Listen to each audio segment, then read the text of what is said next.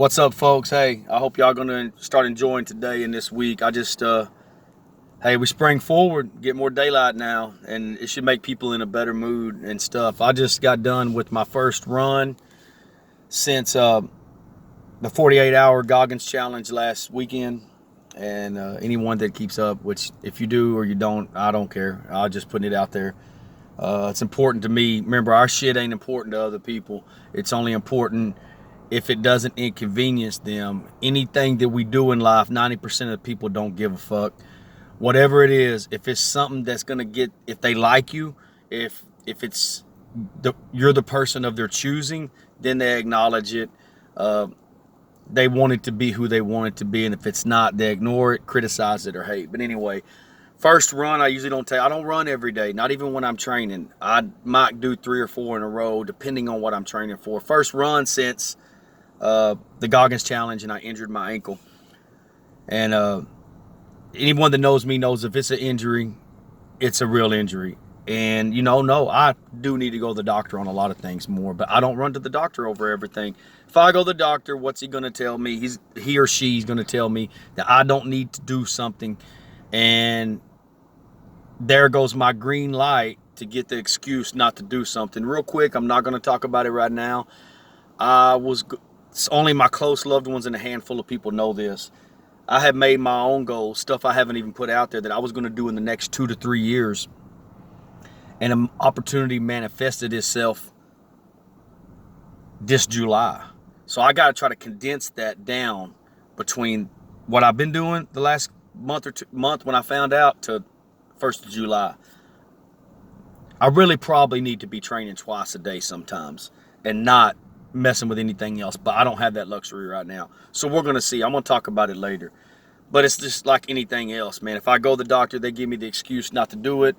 And then people will get on there and probably say, oh, man, damn, that's too bad. That's unfortunate, man. We knew you could do it and all that. Shut the fuck up.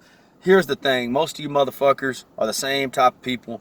The same people that's going to say that didn't acknowledge nothing along the way, but they're going to acknowledge when you fall. They're going to acknowledge when you don't make it.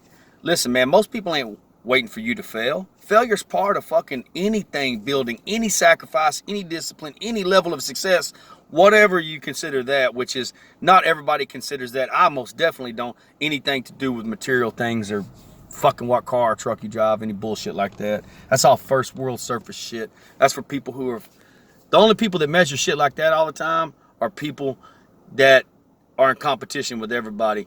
They'd rather put something up materialistic in comparison or competition because they don't have what it takes in other areas. That's insecurities and lack of self-confidence.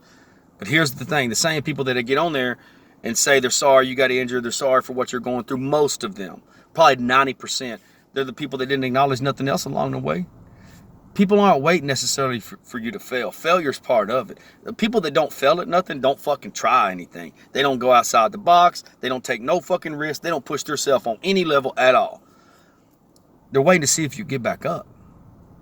And for us, I don't know what some of y'all that known us throughout our life, I don't know what y'all have paid attention to, because we never not get back up. Sometimes y'all surprised at how the fuck we get back up and how we did it so quickly. So I'm not going to go to the doctor so I can get an excuse not to do it. I'm going to work through it and we're going to see what happens, and I'll give an update later. So this brings me to something else. When y'all listen to your motivational speakers, whether it be athletes, celebrities, or somebody of your choosing, whoever it is, do they live what they say? I'm curious. Whatever it is, even if the words are encouraging and they're good and they get you motivated. Again, motivation's bullshit. Motivation comes in spurts. It's consistency. Who do y'all follow that consistently on any level, not just a phase of life, not just a couple of years, that lives their life exactly how the fuck they present themselves on social media? Words sound good. I mean, a lot of people can say cool things. A lot of people can put connections together and steal someone else's shit. I'm just curious. Who do y'all follow that actually lives what they say?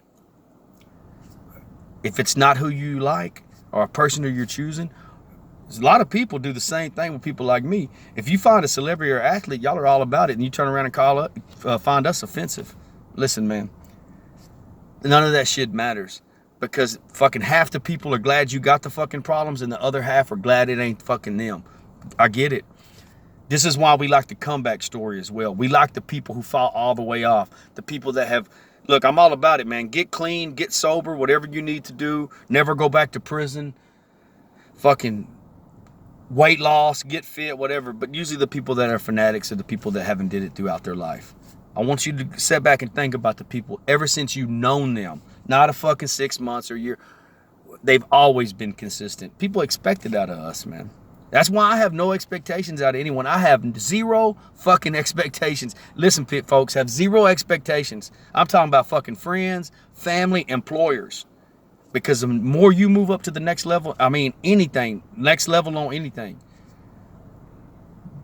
the difficult shit, the barriers, the hate, the criticism, the speculation is coming from inside. It always gonna come from inside. People outside those, people that you don't know don't have a motive. And if you notice, in the beginning, when you first start building something, it's easier. That's because they didn't take you seriously, or they didn't think you'd stay with it. They thought you'd already bow out. They thought you'd already throw in the towel. That's why when you throw in the towel and you give up and you get on social media and do it, that's why people offer words of encouragement. They don't offer a lot of words of encouragement for those of us who are fucking hammered down and disciplined all the time, no matter what we're going through. We have moments of weakness, moments. We don't live in that world.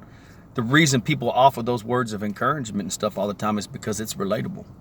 If they can't relate to it, they either criticize it or they just don't acknowledge it at all. But they still fucking watch it, man. So I just had to get on here and talk about that, which is, who do you follow and why? Do they live it? Do you know they live it? But the reason we're okay with following inconsistent people is because we want people to be okay with our inconsistency. We don't hold them accountable because we don't want them to hold us accountable. That's the fucking truth. So when someone comes along that is what you think they are and they live their life like that without ever attacking anyone, they take everything personally. Because, look, we value our time and we do what we say we're going to do. And if we can't, we translate that message to people. We communicate. So when someone comes along that is what the fuck you think that they are, it's fucking offensive to people. So what people try to do is they try to shoot holes in who you are. But the people that just don't do shit, they leave them the fuck alone. Listen, if you don't ruffle no feathers, you don't stand up, you don't fucking make no progress, you don't do anything in this life but just go to work, take care of your family, you're fucking agreeable, you ain't gonna get no resistance. People don't give a fuck about those people. They give a fuck about people like us. Because we are what you think we are. I say there's a lot of us out there. We're still a small percentage. That's why y'all like people who throw in the towel, who've gave up. And like, I'm all about it, man. I mean, that's a lot of what my mission's about, getting savage and the fuck up your life.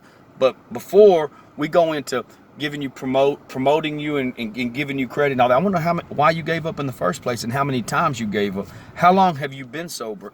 How long have you been training and that you gave up? How long have you been out of prison? How many times you been? I mean, how many times people bail you out on anything? Not just jail or fucking in life, bills, whatever it is. We don't resonate often with people who are fucking consistent. We resonate with people who are inconsistent and do what we do, which is also the same reason we relate to fucking material things and stuff on social media. The people that can't do, most of the time, there's again a small percentage, the people that can't do, they buy. It's all surface shit, first world shit. I was just thinking about this. So, again, the same people that'll say, hey, I knew you could do it, didn't believe in you in the beginning. They didn't ever believe in you all along. You can't listen to these people, man. So, the message of the day, who do you follow and why? I am with celebrities, athletes, even if it's somebody you know personally, whether it be just you went to school with them or you know them from work life or around the community. Do they live what they say? This is often why we let people that put inspirational religious shit off the hook. It's the truth. This really gonna piss y'all off. Anybody that posts a lot of inspirational religious shit, they can get away with being the victim and being poor me.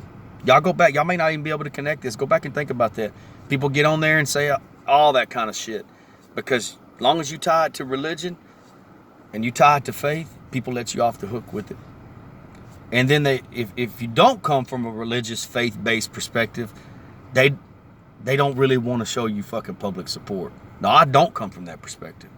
And this ain't the video from that, but that's what it is. These people can be fucking weak, let their life go to shit, fucking relapse all the time, never get their shit together. But as long as they put some religions and some faith and some inspirational quotes, y'all be all about it, man. Shit hitting a nerve with y'all because it's the truth. Most people it doesn't resonate with them of people that are just consistent throughout their whole life. I mean, it makes sense, doesn't it? Because when you throw in the towel and you give up and you're being fucking lazy, or you fucking give up, or you're being the fucking victim, whatever it is, you want people to be understanding of it. So you're understanding of them. Some of us aren't. We don't have sympathy. We have empathy. There's a difference. So, yeah, I got a lot of work to do the next 3 months. I can't even believe I'm trying to condense it into that. A lot of people that are, none from around here, that are engaging in this and training for this, they either work remote or they work from home, or they have funding and support. I will talk more about it later, what all that's going to entail, and this is very brutal, and yeah, it's by choice, but I have to do it, and I have to do it for other people to give them the mental strength, and I don't have the luxury of having any support, any funding, or any of that, so I want to talk about that later, but this is still an excuse. We're going to get it fucking done. Y'all stay savage and live humble.